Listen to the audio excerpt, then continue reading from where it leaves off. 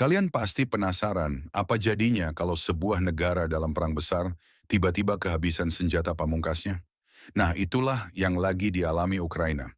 Bayangkan mereka dulu punya Storm Shadow dan ATACMS, rudal-rudal jarak jauh canggih dari barat. Tapi sekarang stoknya kering kerontang. Gimana cerita lengkapnya? Yuk, kita kulik.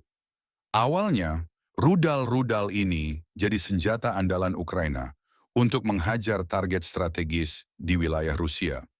Serangan-serangan itu sukses besar menghancurkan infrastruktur militer musuh.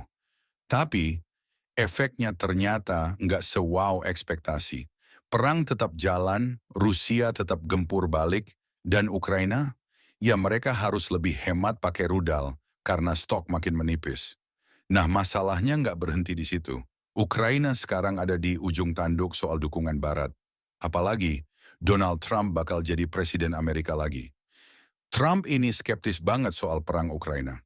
Dia bahkan pernah bilang kalau mengizinkan Ukraina pakai rudal Amerika buat menyerang Rusia adalah kesalahan besar. Serem kan? Bayangin, kalau Trump beneran stop kirim bantuan senjata ke Ukraina, apa yang terjadi? Ya jelas posisi Ukraina makin lemah. Tanpa rudal, tanpa suplai senjata lain, Ukraina kayak petarung tanpa sarung tinju. Di sisi lain, Rusia justru makin agresif. Mereka punya cadangan misil, drone, dan taktik yang bikin Ukraina kewalahan. Lalu, apa yang bisa dilakukan Ukraina? Beberapa analis bilang, ini waktunya mereka berhenti bergantung pada Barat. Diplomasi harus jadi senjata baru mereka.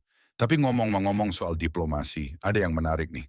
Kalau Trump jadi presiden lagi, dia mungkin dorong Rusia dan Ukraina buat duduk bareng di meja perundingan. Kedengarannya damai banget. Tapi, apa iya semudah itu? Kalau lihat sejarah Trump, nggak ada yang bisa diprediksi. Oh ya, hal lain yang perlu kalian tahu. Perang ini juga ngasih pelajaran penting. Kemenangan lewat kekuatan militer aja ternyata nggak cukup. Senjata canggih kayak Storm Shadow memang efektif untuk serangan taktis. Tapi nggak bisa langsung bikin perang selesai. Ukraina sekarang butuh strategi lain, lebih dari sekadar misil. Jadi apa artinya semua ini? Apakah perang akan segera berakhir? Atau justru akan masuk fase baru yang lebih rumit? Itu pertanyaan besar yang belum ada jawabannya. Tapi satu hal yang pasti, dunia lagi nonton drama besar ini sambil harap-harap cemas. Oke, itu tadi pembahasan kita soal Ukraina dan krisis rudal mereka. Kalau kalian suka konten yang ngulik konflik geopolitik, politik dunia, atau topik-topik seru lainnya, jangan lupa like video ini, subscribe, dan nyalain lonceng notifikasinya. Yuk kita bahas lebih banyak lagi di video berikutnya. Sampai jumpa.